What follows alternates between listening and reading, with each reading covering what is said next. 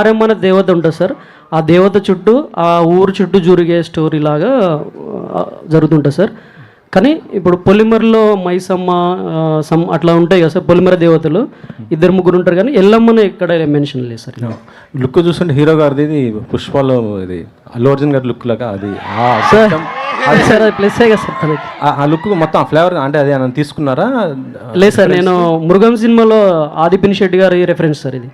అచ్చా, అంటే ఆ క్యారెక్టర్కి దీనికి ఏం సంబంధం లేదు, అలా రగడుగా ఉండాలని చెప్పాను. ఈవెన్ నేను స్టార్టింగ్లో తను ఫీడ్ చేస్తున్నప్పుడు కూడా నేను తనకు చూపించాను, వీలైతే మీరు ఆ మూవీ చూడండి, మన కథకు దానికి సంబంధం లేదు కానీ లుక్ లైక్ అలా ఉండాలి. ఎట్లా అంటే మొరాటోడు ఎట్లా ఉంటాడు నాట్గా ఊర్లలో బర్లగొడ్లు కాసే వాళ్ళు ఎలా ఉంటారు అనే క్యారెక్టర్ తను ఈ was involving that character. Madhav గారు సార్, ఇండస్ట్రీలో హీరోల్ని బాబు అని పిలుస్తుంటారు కామన్గా, మీరేంటి బాబు అంటే వద్దు నన్ను పిలవద్దు అంటున్నారు? అంటే చాలా అంటే కొత్తగా ఉంది ఇందులో పిలిపించుకోవడం, అందుకంటే ఎందుకులేండి బాబు అనుకోవడం.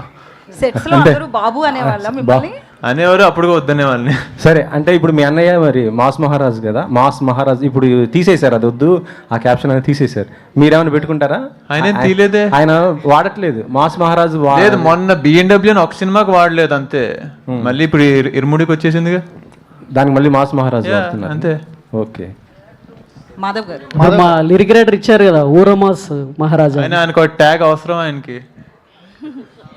మాధవ్ గారు, జనరల్గా మనకి కార్తిక్ గారి ఇంట్రడక్షన్ సినిమా పరుత్తి వీరన్ కానీ ధనుష్ వీళ్ళంతా స్టార్టింగ్ స్టేజ్లో ఒక రూటెడ్ ఫిల్మ్స్. ధనుష్ గారు ఇప్పటికీ అటెంప్ట్ చేస్తున్నారు, వెరీ రూటెడ్, అంటే డౌన్ ట్రేడ్ కథలు అంటారు, ఆ కథలతో వాళ్ళు ఆకట్టుకున్నారు. ఇది అలాంటి పాత ఏమైనా చూస్ చేసుకుందామన్నా, ఎందుకంటే మారమ్మ అనేది పాత్ బ్రేకింగ్ కథలా ఉంది. నేను ప్లాన్ చేయలేదు, అలా జరిగింది అంతే.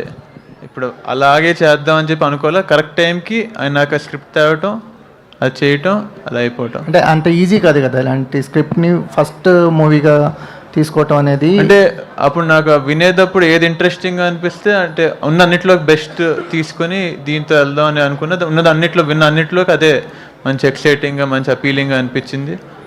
చాలా చాలా అపీలింగ్గా, చాలా మంచి సినిమా ఇది. గుడ్ లక్ అండి. మాధవ్ గారు, మూర్తి గారు మిస్ అయ్యారేంటి? ఇందాక కనిపించారు, ఇందాక వెళ్ళిపోయారు ఆయన.